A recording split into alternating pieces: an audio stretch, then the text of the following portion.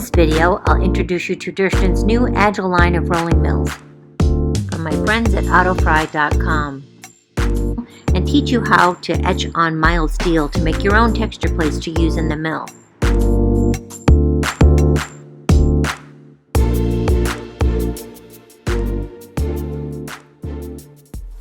Hi, I'm Leslie Kale Villarreal, and I am excited to talk to you today about the new Durston Agile line of rolling mills. Today I have here a beautiful DRM F130. The F means flat, and this is their new Agile line. The Agile line is incredible for us jewelers because it can fit in our smaller studios, and it's not near as expensive as the traditional line of Durston mills, but you don't have to sacrifice any of the quality or performance of having a smaller, more affordable mill. You get it all, and it's really a great deal to get an Agile mill. Used to be that we had to buy other brands because the Durstons were so expensive. They were a bit out of the reach for the home hobbyist or the student or just the average jeweler. And now with the Durston Agile line, there's no reason why you shouldn't have one. So the biggest thing that I've noticed in the difference between the regular line of Durstons and the Agile, first of all, the price, of course. They're much less expensive and very competitively priced with any other mill on the market. But secondly, the main thing, and I'll just show you quickly, is now they have a T-bar here instead of a wheel. They used to have a big silver wheel at the top, or their other ones still do. And this one just has a T-bar, which in my opinion is quite handy because you can just grab it with one hand and whoop, whoop, there you go. You're set. It's a beautiful mill, and you're going to really like having one. Now, we use our rolling mills for a lot of different things as jewelers. Traditionally, we use it to thin out metal to roll sheet. Maybe you've got a piece of 18 gauge silver and you want to roll it into a 20 gauge silver sheet. So you can just take the stock that you already have and roll it down. Of course, you can roll out a silver coin or an ingot. And texture. That's the other thing that we use our mills for, is texture. We love to use patterns via paper or, botanical lace. There's so many different things you can use to texture in your mill. Today I'm going to be showing you how to use some texture plates and some paper cutouts that I made with a Silhouette Cameo. And you can really do a lot of fun stuff with your mill. Students always come to me and they say, well, I want to get a rolling mill. What should I get? And I said, well, how much money do you have and what are you going to do with it? And how much space do you have? Those are the three most important things. But the things to consider when you're getting a mill, of course, space is very important, and price. But even as equally as important is what you're going to do with it. If you primarily want to use your Durston mill for rolling out flat sheet or texturing or thinning your metal, then you may want to consider choosing a mill with all flat rollers. Durston offers the F110 flat rolling mill, which has a roll size of 110 millimeters and it weighs about 62 pounds. The Durston Agile F130 has a whopping 130 millimeters of flat space, which is quite generous, and it weighs about 88 pounds. Both the F10 and the F130 are great choices for the average jeweler who just needs to add texture to the metal or roll out large pieces of sheet. If you want to roll out wire with your mill, you might consider getting a combo roller, which has both flat space and grooves for rolling out wire. Durston offers the Agile C110 and the C130. An important consideration when choosing a combination mill is to pay attention to the amount of flat space that the roller has. You want to make sure you have adequate space for texturing your metal and rolling out your sheet. The C110 has 110 millimeters of roller space, of which 50 millimeters is dedicated to flat rolling for sheet and texturing your metal. The remaining roller space accommodates 4 sizes for half rounds and 9 sizes for full wire grooves. The machine weighs about 62 pounds. One of Durston's most popular mills is the Durston Agile C130 combo. This mill has 130 millimeters of roller space. It's divided as follows. 60 millimeters of flat space can be used for texturing and rolling sheet. 30 millimeters is devoted to half rounds in 5 sizes, and 50 millimeters is devoted to 11 sizes of full wire grooves. The machine weighs about 87 pounds and has a gear ratio of 5:1. So taking all those things into consideration, you can choose the best mill for you, and you can contact your friends at AutoFry and they will help you also. So, it just depends on what your needs are. So I'm going to show you the Agile DRM F130 as I mentioned. So the big Great feature of the 130 size mills is that you have a 5-to-1 gear ratio. Now, if you've ever owned a different mill and you find it's quite hard to turn and crank the handle when you're rolling out your ingots or you're rolling out your metal, that's probably because you have a 4-to-1 turning ratio. This one has a 5-to-1. And what that means is 5 turns of this equals 1 complete turn of your roller. And that gives you a lot more force to get it through. It's a lot easier to turn. It really makes a huge difference. Smaller mill will be fine with a 4-to-1 gear ratio. So I'm going to show you today how to use this mill, for some basic texturing, and I'll stick an ingot in here and show you how to roll that out. And I also would just like to show you the cabinet. I have mine mounted on a cabinet. Now, you don't have to mount yours on a cabinet. You can mount it right on your bench top. This one weighs about 88 pounds. So it's a heavy mill, okay? But it's solid as a rock. And what's nice about having it on a stand is you can get all the way around it. And sometimes if you have it mounted on top of your bench, you can't. So, and if you can't mount it to your floor because you have a nice studio floor, or it's concrete or something, you don't want to drill through it, you can mount the stand to some pieces of wood, and that will allow you to even scoot it around if you need to, and it will still keep it stable for when you're rolling out your metal. Okay, I'm just going to show you this stand that I have here, and I'll give you an item number in case you want to get it. This is my stand.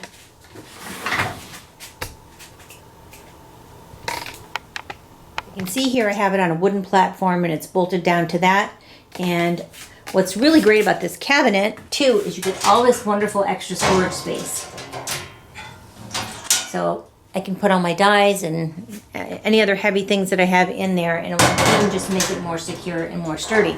So you have this nice cabinet, and also if I need to scoot it around, I can do that. Let me just back up and show you a bit. So if I want to scoot this around, if I need to move it a little bit, it's not quite so hard to do. And it's still plenty secure, okay? So I don't have to worry about it tipping or falling over. Some mills allow you to independently set the right or left side adjusters. However, the Durston has parallel flatness preset at the factory, which is great for precision rolling and thickness when you're making sheet and you need accurate measurements. However, if for some reason you did want to mess with those, you could remove the 4 screws and hold down the plastic cover to access the gears, and then remove the handle and circlip, and you can do that.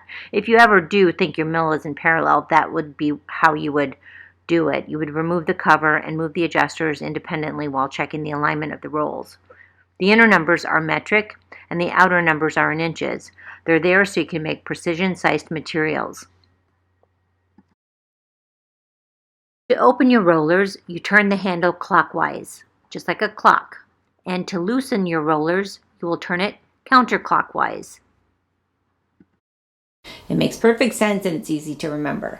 So when you put in your metal and you get it to where you want it and you want to tighten it a little bit more, you'll turn it clockwise. And when you want to take it out or loosen it up, you go counterclockwise. Have you ever had a piece of metal going into your mill? Or if you've ever, I know I have, I would like to know how many of you have, and you're trying to crank that sucker out and you've got a little bit too much tension on it, and it's so incredibly hard to turn that you think you're going to have to stand on the arm to get it to go with all of your body weight, and you call 5 other people over to help you turn that arm. Well, that's happened to me several times with other mills, but with this mill, I find I can just back it right out, and it doesn't go in there and then jam and get stuck. It's easy to just bring it backwards if I need to, and lower the tension. That's a big deal, especially for some of us weak girls. We're trying to roll some pretty heavy stuff. So that's just that's because of the gear ratio and the way that it's made, and it has the reduction gear on the side, and it's really, really easy to use. So we're going to do some rolling out of texture plates and other things, and I'll show you a little bit of that, and we'll go get started on that right now. Before you begin to use your Durston for the first time, you'll want to remove the protective coating that's on the rollers. To do this, just use some mineral spirits that you can get from your local hardware store in a soft cloth, and gently rub the rollers until they're perfectly clean. You always want to keep your rollers very clean, and when they're not in use, you want to put a little light coat of oil over them. I like to use 3-in-1 oil on mine. Always clean the oil off though before you begin to roll. The oil simply helps to protect your rollers from getting rust and corrosion. Now we'll discuss how to use your mill to reduce the thickness of your metal. One of the most basic uses for your rolling mill is to simply roll out silver sheet from an ingot. Okay, you can either buy fine silver if you like to use fine silver. It's not suitable for rings and things, but you can use it for pendants and earrings. Anyway, and also for making a lot of embellishments. Fine silver is great to use in a shot plate or other things like that. So if you have an ingot and you want to roll this out, the best thing in the world to do is to use your rolling mill. Okay, so you can either melt your own, or like I said, you can buy these from your pawn shops or coin dealers. And these are non-minted, meaning it's not U.S. currency at all. It's not a quarter or half a dollar. It is actually just pure silver. Okay, so now I'm going to show you how to do one. Now I'm going to take the silver ingot and I'm going to always put in the same direction as I'm going through. So I'm going to keep it the one side. If you want to mark it with something, you can. Mine has some printing on this ingot, so it's easy for me to know which side is the top and the bottom. And I'm just going to adjust my mills, my roller, so it's nice and tight. And then I'm going to simply pass it through in the same direction a couple times. And each time I'm going to tighten my rollers up just a little bit more. You'll have to make several passes when rolling out an ingot. You could be here for quite some time, so I won't show you the whole thing, but you get the idea. You just keep turning the handle clockwise to tighten up the wheel, and then putting your ingot through and keep rolling until you eventually get the desired thickness that you're looking for. It's the same technique for reducing any kind of metal sheet. You may need to stop and anneal if it gets too difficult to pass it through. You can use your calipers to measure the metal thickness until you get it to the desired gauge you're looking for. If you do need to stop and anneal, make sure that you pickle and clean and wipe down your metal or silver till it's completely free of residue. You never want to put anything dirty or contaminated onto your rollers. Also make sure that your piece is completely dry if you do rinse the pickle off, that there's no water or moisture left. You don't want to use anything wet in your rollers either. Now we'll discuss how to create texture on your metal with your rolling mill. I get the best results from paper by using 22 gauge metals or thinner.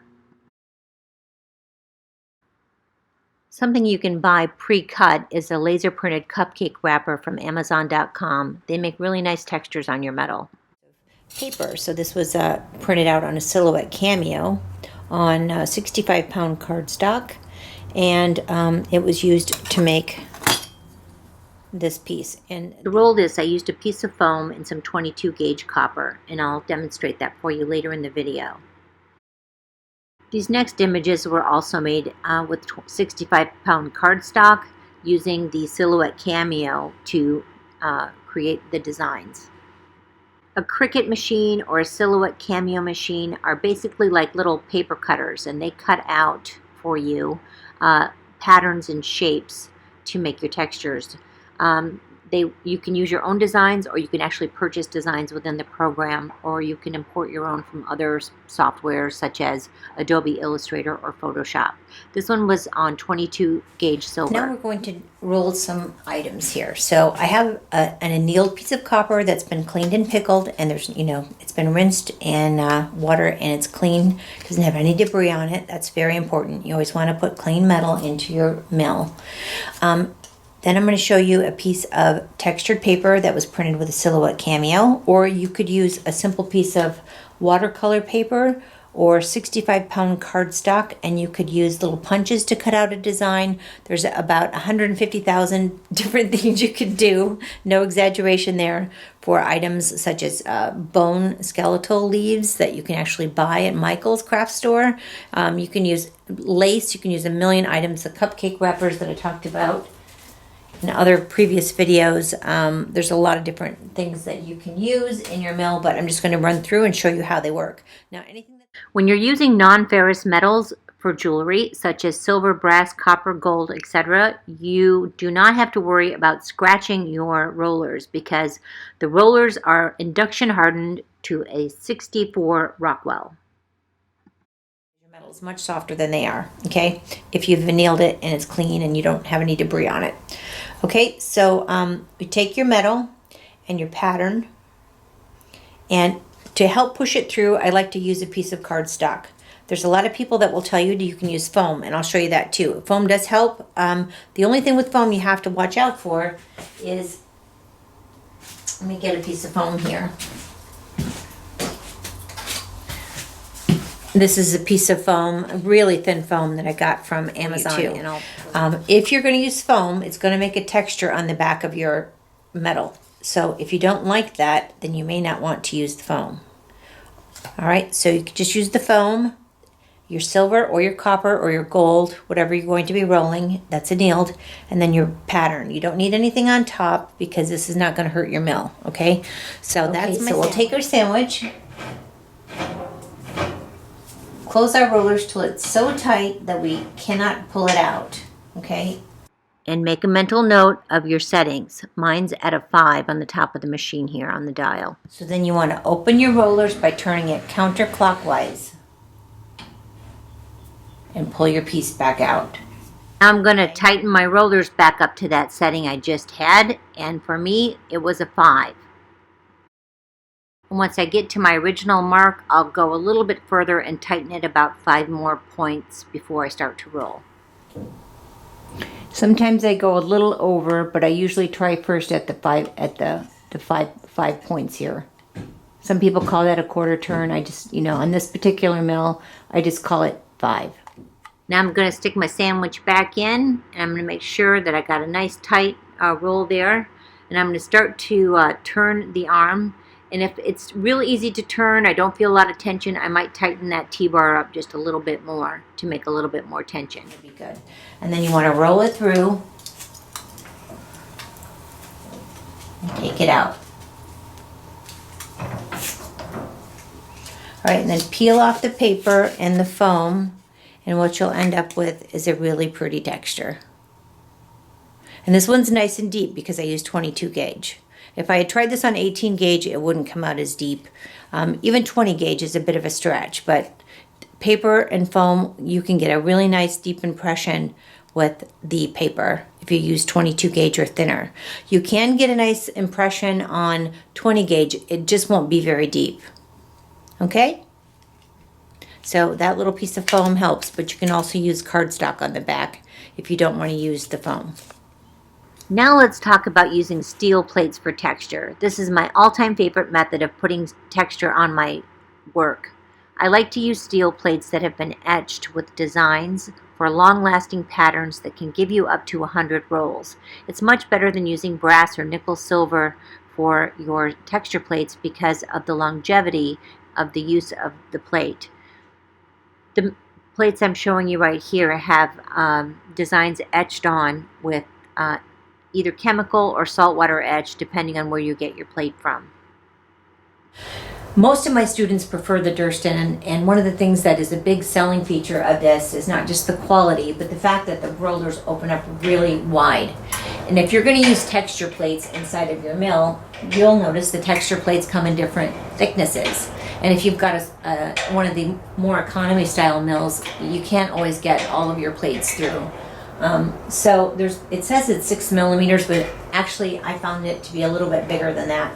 And if you open up your rollers, you don't want to open up past where the little inserts stop. So inside of your Durston, you'll see these little bars right here, and where your bottom of your roller, the side of it will hit that. You don't want to roll it up any farther than if that little bar starts to have a separation space in the bottom between the side of the machine and that space, then you've opened it up too far, and you could damage your mill by using things that are too thick. But that almost, I swear, that looks like it's about a 9 millimeter space in there. And you can use some pretty thick plates in there, though I think that they suggest you don't use anything over 6 mils in there. Just a word of caution here, if you do exceed the 6 millimeter recommended maximum opening, you could break a gear. I don't know personally of anyone that this has happened to, but the manufacturer has suggested that you don't go over it. It could put excess stress on a gear tooth, and it could happen. So the warranty would not cover it in that situation. So the worst thing that could happen is you'd have to replace a gear. So I just want to let you know that Durston doesn't recommend it. Okay, so I've got all kinds of texture plates, and I'm just going to show you these texture plates and show you why it's nice to have the Durston, because it fits all. Before I had my Durston, I could not use a lot of the ones that I would buy online because they were too thick, but you know, some of them had great prices because they were so thick, because you can only use them on a few mils. But anyway, so these are some of the texture plates, and I'll just show you them here. So the plates that I have measure anywhere from 3 millimeters to 5.5. When you're purchasing a plate from someone you don't know, you might want to just double check to make sure it's made out of mild steel. Mild steel is the safest for your rolling mill, and it's really the type of steel you should be using. The patterns and designs that you can get out there are a lot of fun, but it's also fun to make your own, and I'll show you that later in the end of the video. all right, this is one of the thickest plates I've bought. I really don't like plates this thick. It's just silly to make them this thick, but I know a lot of manufacturers from different countries, such as India, they don't know the difference and they make them too thick. So this one is like 5 1/4, I think. But it's a beautiful plate, and I could not use this plate on my other rolling mills that I've tried. So, but it does work on the Durston. This Durston can handle just about anything. Now I'm going to roll this texture plate with a piece of annealed silver that's been pickled and cleaned through my mill. So I'm going to take my silver, and once again we're just going to set our dial. So open your rollers and feed your sandwich in Until you can get it all the way in there, and then you tighten it up. It's nice and tight. Take a note of the setting. Open it back up. Pull it out and put it back to that setting and give it another 1/4 turn. And once the silver is in there and it's done, you take it out and you have your beautiful impression. Here's a better close-up so you can see the plate and the texture. Here's another commercially bought plate, and here is the 20 gauge piece of silver that I rolled. So here's a plate that I etched on steel myself, and then I rolled a piece of 20 gauge copper on it. I'm actually, at the end of this video, I'm going to show you how to make your own steel texture plates, so you don't have to be limited to other people's design. Because what happens when you're using, you buy them online or you buy them from another vendor, every other artist in the world can use the same patterns. And if you are creative and you have some design skills, or even you can buy vectors online and then use them to print to vinyl, and then make your own texture plate. This one's has a vinyl stickers on it, and I'm going to etch this one, and it's going to give me a nice texture plate. Okay, so that's something else you can do. Now I'm going to show you how to do some chemical etching on mild steel. Metal I'm using today I purchased from onlinemetals.com, and it's cold roll steel sheet ASTM A366/1008. They'll also cut it down to the size you need, but it's super important to get the cold rolled mild steel because it etches best with the chemicals I'm going to be showing you, and it's the safest for your rolling mill. To prepare my mild steel for etching, I sand the surface with 500 grit paper and then go down to a finer sanding sponge, which is just a 3M fine grit sanding sponge. And I just clean off the surface really good. You want to make sure you don't have any scratches or anything on your steel before you begin to apply your vinyl. Vinyl makes the best resist that I found for etching, chemical etching. I'm using Oracal 651 adhesive-backed vinyl that I got from Amazon.com. It lasts a really long time in the etch bath. Then I use some transfer tape. It's kind of a big roll of plastic tape that I got from Amazon. And what I'm going to do is I'm going to take a decal that I printed out on my Silhouette Cameo, And I'll make another video about using the Silhouette Cameo. But if you want to cut your vinyl stickers out with an X-Acto knife or whatever you want to do to make your own designs, you can do that. So since the adhesive on this vinyl is on the back of the design, I need to put it on transfer tape. So I'm going to peel it off of the transfer tape after I burnish it on really well. I'll cut this strip down. And I will burnish it so that it's going to pick up all the little pieces of decal that I have. So the action with this is you just kind of got to burnish really well and then lift really slowly and just catch it. If something's not coming, you got to just go back and give it a nice good burnish and then lift up slowly, really slowly. Okay. Then I burnish it onto my steel plate, and I want to make sure I get it centered and I have a little bit of overhang, and I make sure it's burnished down nice and securely. Next step is to use an X-Acto blade and just to cut along the side edges nice and sharp and remove the extra overhang. Then you want to carefully lift off your transfer tape, making sure that all the vinyl parts are sticking down onto your steel plate. Trim off any extra overhang edges and make sure everything is burnished down very tightly on the ends, and you'll be ready for your etch path. Now I'd like to show you a greener way to etch on steel using no acid, just some table salt and copper sulfate. So let me just show you that process now. Some of the things you're going to need to do this. I just use a glass vase. You just need something that's going to be deep enough to control the water so it doesn't splash out. And I put a little pie tin underneath it. And I have a nice absorbent pad underneath to catch any spills. The next thing I recommend you have is a fish tank bubbler. Just get an El Cheapo one. You don't need anything that's too strong because you're not going to want the bubbles to be super strong. If the bubbles do get to be too much, you can simply crimp the hose a little bit and put a piece of tape on it, and it will help reduce the flow of the bubbles if it starts bubbling over. This, by agitating the water like this, it will give you a nice clean edge. Okay? Let's talk about the chemicals. Begin with a half a cup of table salt.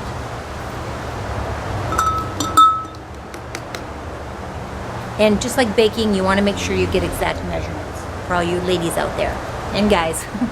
And then this is copper sulfate. And I'm just going to add a half a cup of that, so equal parts of each. Here's the recipe for the salt and copper sulfate etch. If you want to make a smaller or larger batch, you'll have to just do some math calculations to figure out the ratios, as listed here. Please take a moment to review the environmental safety notice here.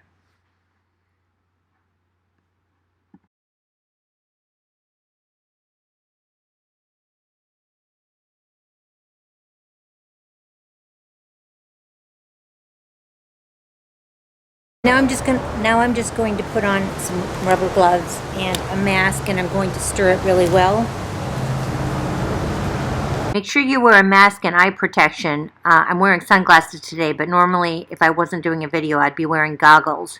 You want to protect your eyes from the dust of the solution that you're making. You want to stir the crystals together and mix them very well until they're well blended. I just used a wooden chopstick for this because it reached all the way down to the bottom. You don't want to use anything metal. Now I'm going to add 1 liter of water, which is equivalent to about 4.22 cups of water.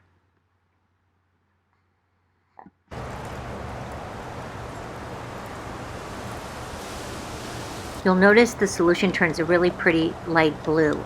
You want to stir it really well until all the sludge at the bottom is dissolved. Now I'm going to use the fish tank bubbler hose and put it down inside of the solution and secure it with some just scrap pieces of vinyl. The vinyl tape is really, really strong and it helps to hold things down. It also makes an excellent resist on the back of your piece. Make sure the bottom of the hose touches the floor of your container and then secure it down with the tape. Plug your aquarium bubbler into an electrical outlet and make sure that you get the water agitating. You can actually leave the water agitating for a little bit before you put in your metal. just to make sure everything is dissolved. Next, I'm going to secure a piece of the scrap vinyl onto the back of my piece and suspend it down into the solution. The reason you don't want to try floating or hanging it upside down is because the metal is so heavy, the steel here, that it will come loose from the tape, and that's why I prefer to suspend it vertically into the solution. I'm just stirring my solution to make sure everything's dissolved before I add my steel. Now I'm going to drop it down inside and make sure it's securely taped over the edge of my container.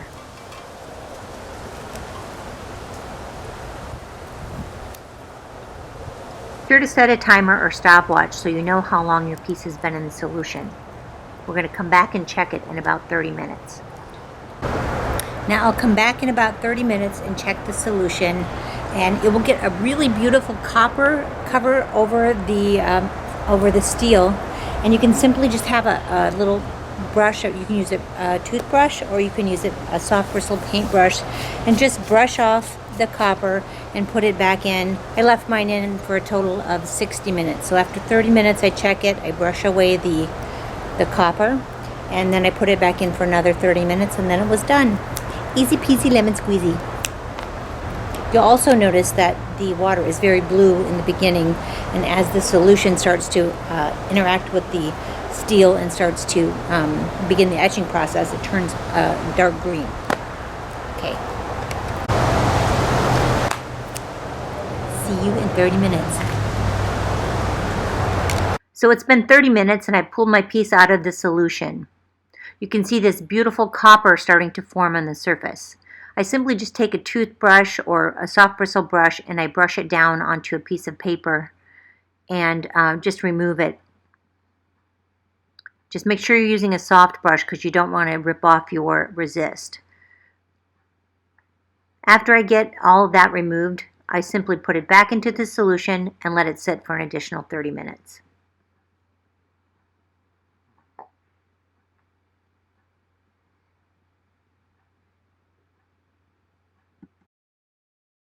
Okay, so I just got both of my plates out of the bath and cleaned off all of the tape and everything. And I just wanted you to see how absolutely gorgeous they are. And the etch is absolutely insane. I don't know if you can see how deep it is, but it is really, really deep. Probably one of the deepest etches I've ever gotten. So it looks just absolutely beautiful. And this is the way to go. Trying to get a good photo for you there. Nice and deep. This one's nice and deep too. Ooh, I'm blinded by the sun there. Okay. Okay, so if you're considering getting a wonderful Durston rolling mill, I suggest you contact my friends at AutoFry.com and they'll help you choose the perfect one for you. This gave you a lot of great ideas of all the fun things that you can do with your rolling mill. A great addition to your studio, and the Agile line that Durston has come out with has made it affordable for every jeweler to own one. So thanks for watching. You can post questions and comments below and I'll do my best to answer if you have any. And please check me out at lesliekalevillarreal.com. And I have a lot of online classes and some free videos and a lot of free tutorials on there too. Okay, thanks for watching. Peace out to keep making pretty things.